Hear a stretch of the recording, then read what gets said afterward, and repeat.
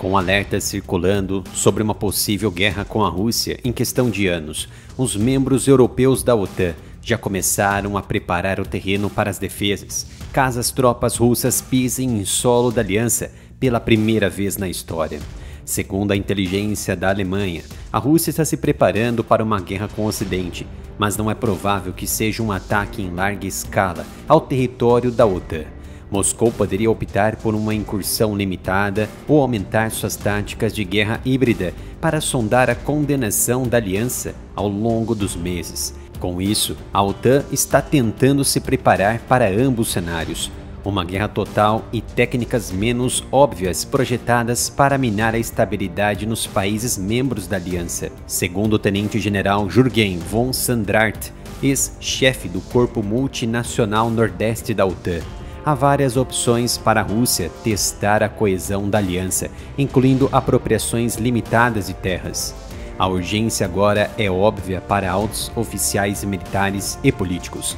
Andrius Kubilius, o comissário da Defesa da União Europeia, disse em setembro que os ministros da Defesa e os comandantes da OTAN concordam que o presidente russo Vladimir Putin pode estar pronto para o confronto com a OTAN e a União Europeia em 6 a 8 anos. O Serviço de Inteligência Estrangeira da Estônia alertou em fevereiro que a OTAN poderia enfrentar um exército de massa de estilo soviético na próxima década, se a Rússia reformasse com sucesso suas forças armadas.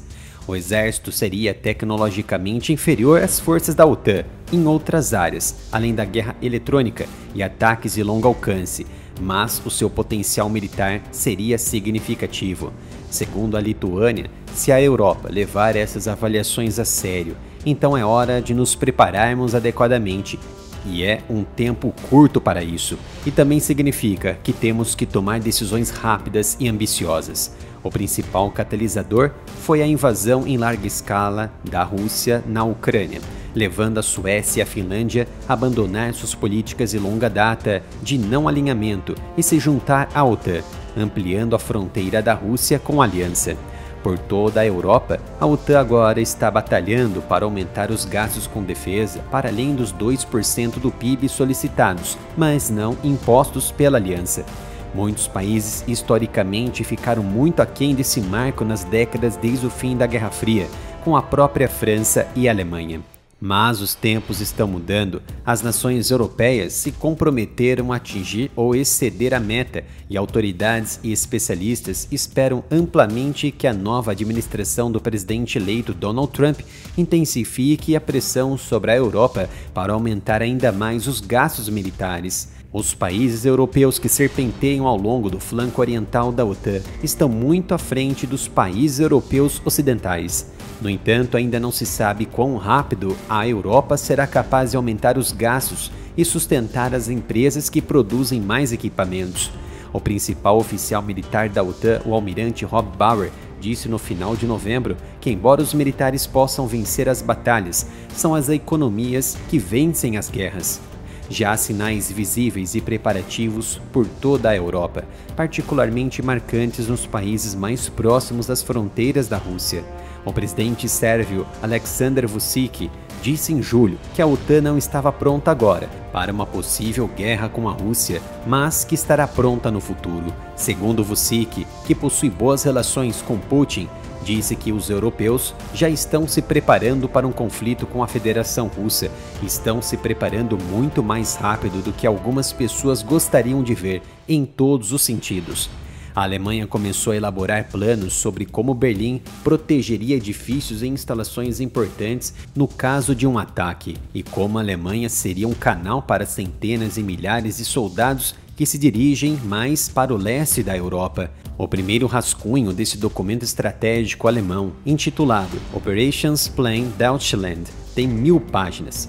Já os 3 estados bálticos, Letônia, Lituânia e Estônia, assinaram um acordo em janeiro deste ano para reforçar a proteção ao longo de suas fronteiras terrestres com a Rússia e Bielorrússia, que é uma importante aliada da Rússia, e o Kremlin usou o território bielorrusso para lançar a invasão em grande escala da Ucrânia em fevereiro de 2022 e atualmente possui armas nucleares da Rússia. O país também conecta a Rússia com seu isolado enclave de Kaliningrado, imprensado entre os membros da OTAN, Polônia e Lituânia. O ministro da Defesa da Estônia, Hanno Pevkur, disse que haveria uma rede de bunkers, pontos de apoio e linhas de distribuição ao longo da fronteira. O Ministério da Defesa da Lituânia disse no início de setembro que havia montado um bloqueio na ponte em Panemunė e nas suas proximidades, o assentamento fronteiriço lituano que conecta o país da OTAN a Kaliningrado. A Lituânia disse que havia instalado minas e outras defesas, como dentes de dragão, contra tanques e veículos blindados. Os dentes de dragão são blocos de concreto usados para deter avanços de tanques e impedir que a infantaria mecanizada ganhe território. Esse tipo de fortificação antitanque está espalhada em toda a Ucrânia. O vizinho da Lituânia ao norte, a Estônia, colocou defesas semelhantes em prática. O governo letão disse que cerca de 303 milhões de euros serão canalizados para a construção de defesas em sua fronteira oriental com a Rússia ao longo de 5 anos.